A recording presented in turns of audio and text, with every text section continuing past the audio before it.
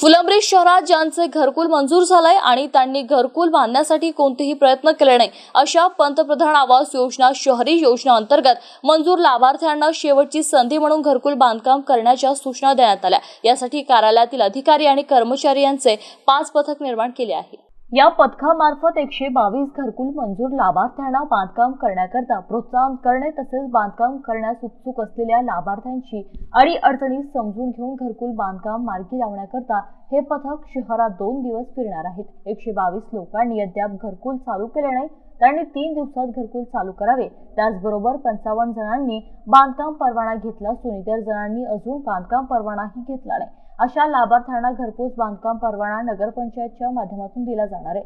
तरीही काही लाभार्थ्यांनी काम सुरू न केल्यास नाईलाजाने त्यांचा प्रस्ताव शासनाकडे पाठवावा लागेल अशी माहिती प्रशासक तथा मुख्याधिकारी ऋषिकेश भालेराव यांनी दिली। पथकात कार्यालयीन अधीक्षक प्रमोद तुपे, किरण गांगुर्डे, ज्ञानेश्वर काळे, अरुण शिंदे, महेंद्र जमदाडे, भाऊसाहेब राऊत, सुदर्शन काथार, भगवान होनमाळी, भरत कुदळे, अयूब शहा, युनुस सय्यद आदींची नियुक्ती करण्यात आली आहे।